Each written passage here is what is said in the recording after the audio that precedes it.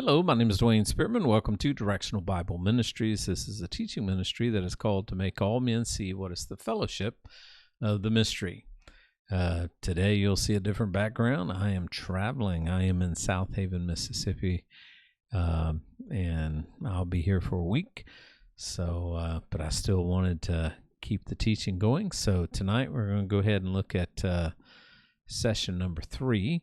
So go ahead and open up your Bibles to session number 3, or Daniel chapter number 1. And you'll see I got a little bit of different layout. I'm using Word and Olive Tree Bible moving forward. So Daniel chapter number 1. In the 3rd year of the reign of Jehoiakim, king of Judah, came Nebuchadnezzar, king of Babylon, unto Jerusalem and besieged it.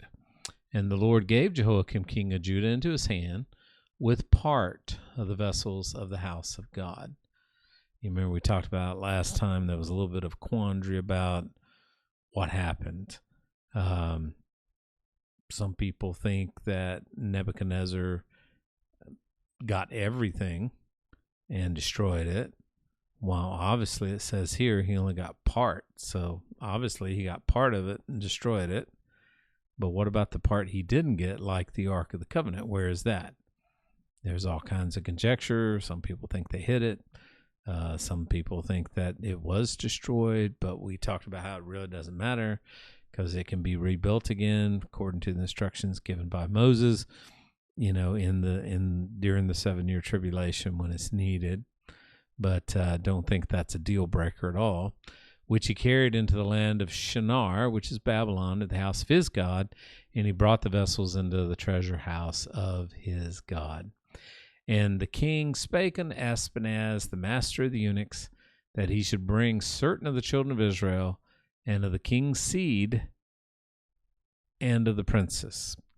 Last week in session 2, verse number 2, we talked about God was allowing the nation of Israel to be punished. Why? Because of idolatry and disobedience.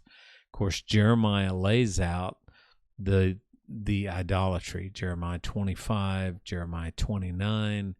They were idolatrous. They were worshiping other gods. So God allowed them to be carried away. And we'll get down later. We'll start talking about the disobedience part, other than idolatry, in that they did not allow the land to rest. And we'll talk about that as we get further along. So today we're going to get into session number 3. What we're looking at here, looking 3 and 4. And the king spake unto Ashpenaz, master of the eunuchs, that he should bring certain of the children of Israel, and of the king's seed, and of the princesses, children in whom was no blemish, well favored, skillful in all wisdom, and cunning in knowledge, and understanding science, as such had the ability in them to stand in the king's palace, and whom they might teach the learning and the tongue of the Chaldeans. And of course, Chaldea is Babylon. Chaldeans are Babylonians. We talked about the other day that these kingdoms are still here. Babylon is modern-day Iraq. Persia is modern-day Iran. And of course, Assyria is Syria. Jordan's still there, Egypt's still there. All these countries are still there. They just might have a different name, but they're still in that geographical region. So what we're seeing here is a prophecy, fulfilled prophecy, because in Isaiah chapter number 39, so check this out. Look over in Isaiah chapter number 39 and verse number 1.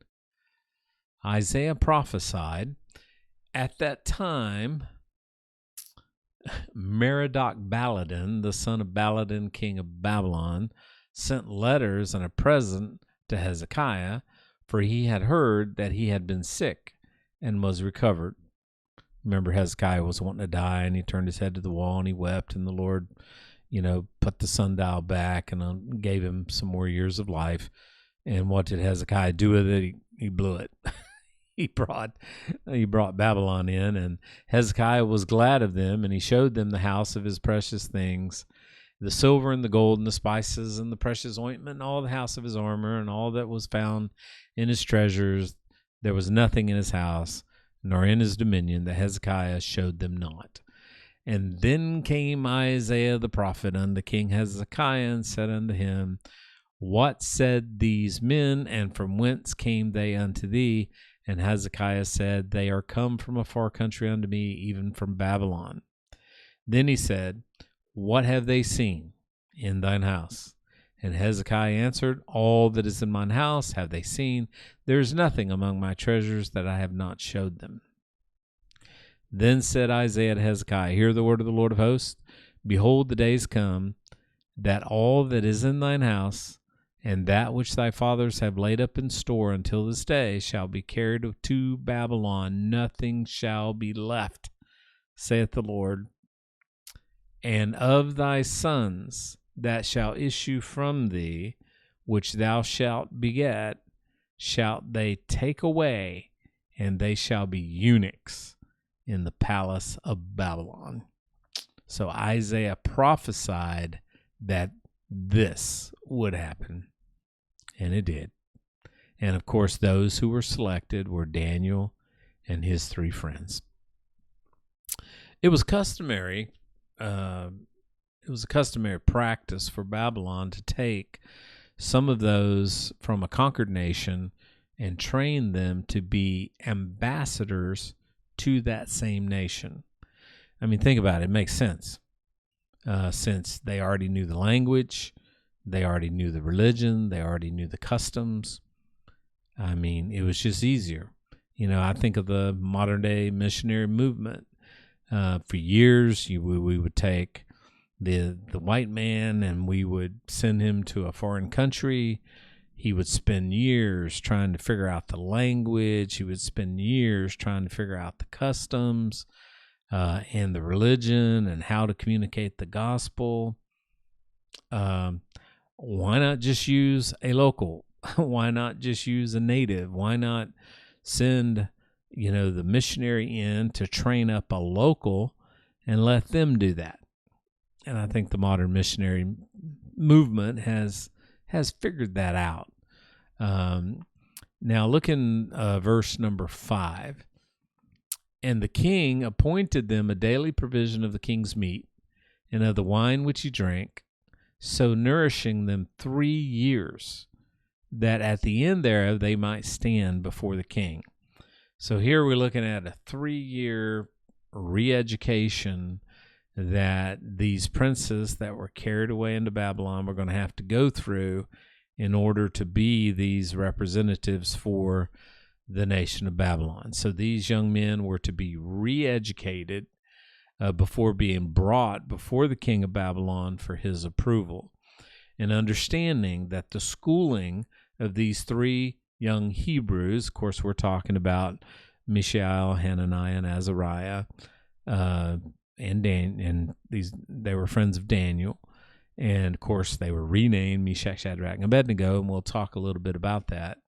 But the schooling for these 3 Hebrews was completely pagan in nature.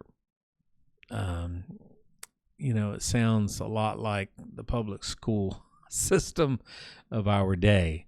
I quoted, who was it, Martin Luther, who said that education without God is the pathway to hell. And that's pretty much where we are today. We have absolutely thrown God out of everything, and we're wondering why the education system in our country is absolutely falling apart. The fear of the Lord is knowledge, or the knowledge of the Lord. No, the fear of the Lord is knowledge. Is that the verse from Proverbs? If you don't fear God, then what are you going to learn? You're going to learn pagan ways. You're going to learn ways that are not God's ways, and it's going to lead to idolatry. It's going to lead to disobedience. It's going to lead to, God not putting his hand on anything that you do because you have turned your back on him through your education system. And of course we have completely done that today, and I take my hat off to the public school teachers who are trying to stay true for their faith. But quite frankly, and again, I work in the field of education. I know of whom I speak here, of what I speak. It's a losing battle. Okay. I really do not know how much longer Christians are going to be able to work in that arena without totally having to compromise their faith. I mean, they have already been backed into a corner where they can only talk about their faith if it's addressed by the student. It's a question by the student. Certainly the curriculum has absolutely thrown God out. The whole Darby or Scopes trial about, let evolution be taught alongside of creationism. And of course, they let them do that. But now evolution has been completely bought into, and creationism has been completely kicked out of our public school classrooms. And, as a result, our kids are not being taught the alternatives. And realistically, evolution is a religion because you didn't see it. You're taking it completely by faith. You wasn't there, just like I wasn't there. I wasn't there when God said, let there be light. I wasn't there when God created Adam and Eve and the plants and the animals and the sea and the stars. I wasn't there. I accept it by faith just like you accept it by faith. You wasn't there, okay? It's a religion, humanism. Man is the center of the universe. That's humanistic thought that came out of the Renaissance and has led us to where we are today. So, again, I just don't think that Christians are going to be allowed in that arena. Certainly, they have been, they'll say, well, I'll be a witness through my life. Yeah, you can be a witness through your life. They can watch Mr. Spearman and how he conducts himself in the classroom, but the gospel is spread by, how shall they hear if no one is sent? Eventually you're going to have to open your mouth and share the gospel with these kids, and you're not allowed to do that. So again, the only way, I think eventually it's just going to get worse and worse. It's not like it's going to get better. Eventually there's going to be no room at the public secular level of education, K through PhD, for Christianity and a place to share your faith. And you're going to have to compromise to stay in that arena, and sadly, many already have. Now, notice in verse number 6, now among these were the children of Judah, Daniel, Hananiah, Mishael, and Azariah, unto whom the prince of the eunuchs gave names. And he gave Daniel the name Belteshazzar, and to Hananiah Shadrach, and to Mishael Meshach, and to Azariah Abednego. Now, interestingly, all four of these young men were from the tribe of Judah, and their names were changed to pagan Babylonian names. Daniel in Hebrew means God is judge, while Belshazzar in Chaldean means Bel's prince. Hananiah in Hebrew means beloved of the Lord, while Shadrach in Chaldean means illumined by the sun. Mishael in Hebrew means who is as God, while Meshach in Chaldean means who is like Shach. Azariah in Hebrew means the Lord is my help, while Abednego means the servant of Nego. So, again, these children, that were being paganized is what they were being. They were being absolutely paganized. The education that they were going through was paganization. And that's exactly Vodi Bakum. We were talking about him today. He passed away, unfortunately, at a very young age. But he's out of Texas, and he was in Africa at Zambian seminary or something like that, and he was getting ready to transition back to the United States, and he died very early. Vodi Bakum Ministries, and I remember him saying years ago, He said, if you give your children to Caesar, do not be surprised when they come back home as Romans. That's your doing. If you hand your children over to the state, don't be shocked when they come back home as products of the state. And that's what's happening. And unfortunately, just so many families, we have created an environment in the United States as a result of feminism, as a result of, I think feminism is the stem of all of it. But now you got mom and dad working outside the home. The kids go to school, they go to sports, they go to after school activities, they get back home 5, 6 o'clock in the evening. Fortunately, hopefully they'll eat with their family, but most of them are staring at a phone, and then they go to bed. So, families are not feeding in. Parents are not really raising their children. Teachers are raising your children. I mean, the one they spend the most time with, that's the one that's raising them, not you. I mean, if you want to counterbalance that, you're going to have to really invest time into your children to deprogram what's being fed to them at your expense with your tax dollars every day. And you're going to try to reprogram 8 hours of indoctrination with, a couple hours food around the table, Sunday school and Sunday morning. I mean, it's a losing battle. I mean, the strongest dog is the one that gets fed the most. And if you're feeding the flesh through humanism, that kind of indoctrination, then, don't be surprised, when they come home and, they're Romans. I mean, that is what it was designed to do. And it is. It's very effective. Now, notice verse number 8. I don't know how much time I got here. I got a few more minutes. Verse number 8. But Daniel purposed in his heart that he would not defile himself with the portion of the king's meat, nor with the wine which he drank. Therefore he requested of the prince of the eunuchs that he might not defile himself. Now eunuchs, they had been castrated so that they could be around the women in the king's court to make sure that, nothing happened. And of course, Daniel and his 3 friends were being trained to be eunuchs. And we're not talking about spiritual eunuchs here either. We're talking about physical eunuchs. They were made eunuchs. Okay. So Daniel purposed in his heart he wasn't going to defile himself by eating the king's meat. Why? Because it had been sacrificed to idols. Daniel at this time was about 15 years old. Okay, and at 15 years old, he was determined to live a life of purity and commitment to God. That didn't happen as a result of the state. That happened as a result of Daniel being raised right.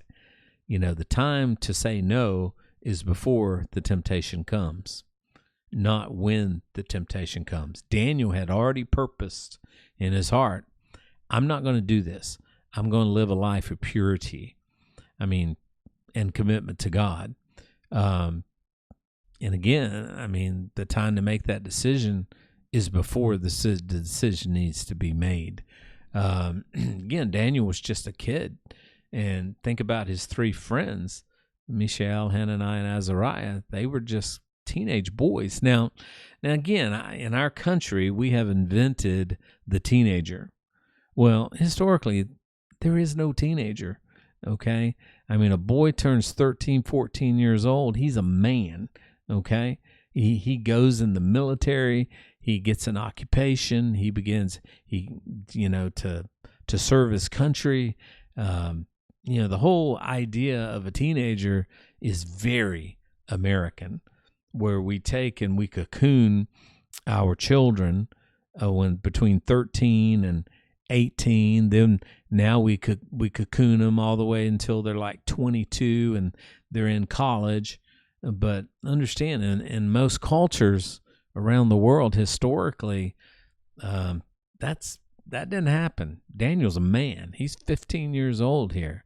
He's a young man, but he's still a man, okay? We just have the teenager thing, and we've just perpetuated adolescence, if you will, in the United States. And of course, we're reaping it. We've got kids sitting around 23, 24 years old, gaming and sitting in their parents' basement, and they don't have a clue what they're going to do with their lives. Our culture, our society has bred that, and we're the results of that. They don't grow up, to me, I think the only people, this may be controversial, but I don't think you should vote until you're probably 25 years old. And I would push it to 30, to be honest with you. Because our young adults are so ignorant. They have no common sense, like a 15-year-old would in Daniel's day, or a 20-year-old would have been 20 years, 30 years ago. It's not the same thing. Only exception be those serving in the military. You serve in the military, you have every right to vote. When you you turn 18 years old enough to join the military. But otherwise, if it was up to me, I'd raise the voting age to about 30 years old, to be honest with you. Children today are just not as mature and they don't have the common sense or the life experience that's necessary. And I think that's why we're getting all these stupid elections, and socialists and communists are starting to win. It's because of the younger population. It's not because of the older ones. And I could get off the rails on that one for a very long time and probably make a lot of people mad. But, this is an awesome thought that Daniel would do this. It's been said, if a man is wretched, vile, and defiled on the outside, it is first because he is that on the inside. Daniel wasn't that. Daniel was pure. He was holy, committed to God on the inside, and that manifested itself on the outside. If a man is godly and holy and righteous on the outside, it is also first began inside. Out of the mouth, the heart speaketh, is what the Bible says. Okay? In the end, Daniel was godly, he was holy, and he was righteous, inside and out. Good treasure of the heart. Jesus spoke about this in Matthew 12, verse 34 and 35. And he said, O generation of vipers, how can ye, being evil, speak good things? For out of the abundance of the heart the mouth speaketh. A good man out of the good treasure of his heart brings forth good things, but an evil man out of the treasure of his heart bringeth forth evil things. Okay?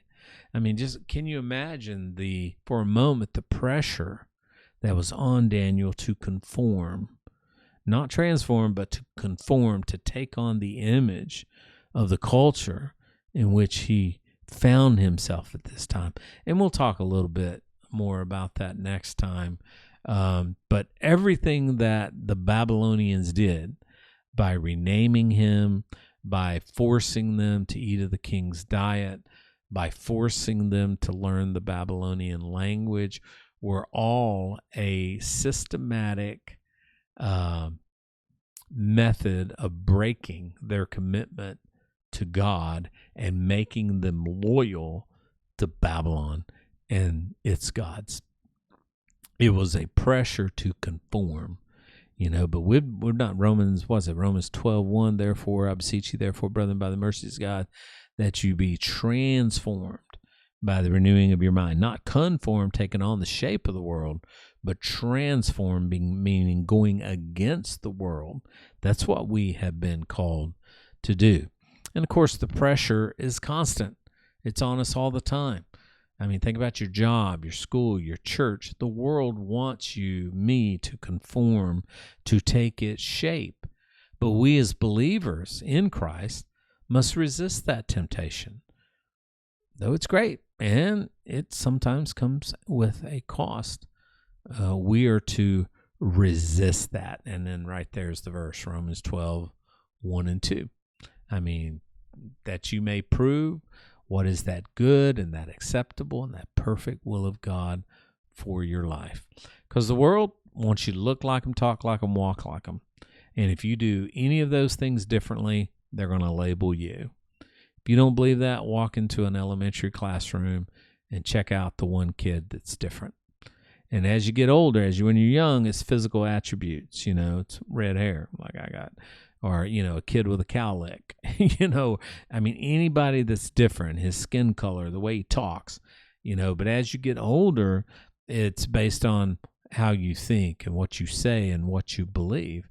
The world repels different, okay? It attracts like. It's just the way it is. And we are social creatures. We want to conform, not transform. So anyway, I think that's it for this evening, but God bless you guys. Hope you have a great evening. And remember, I'm posting these things all over the place. They go up on YouTube, they go up on Rumble. If you go to my website, dwaynespearman.org, you can see all of the platforms that it goes to, either in video and audio, but you can check these things out, share them with your friends. But I appreciate you guys. God bless you. Have a great evening. See you next time.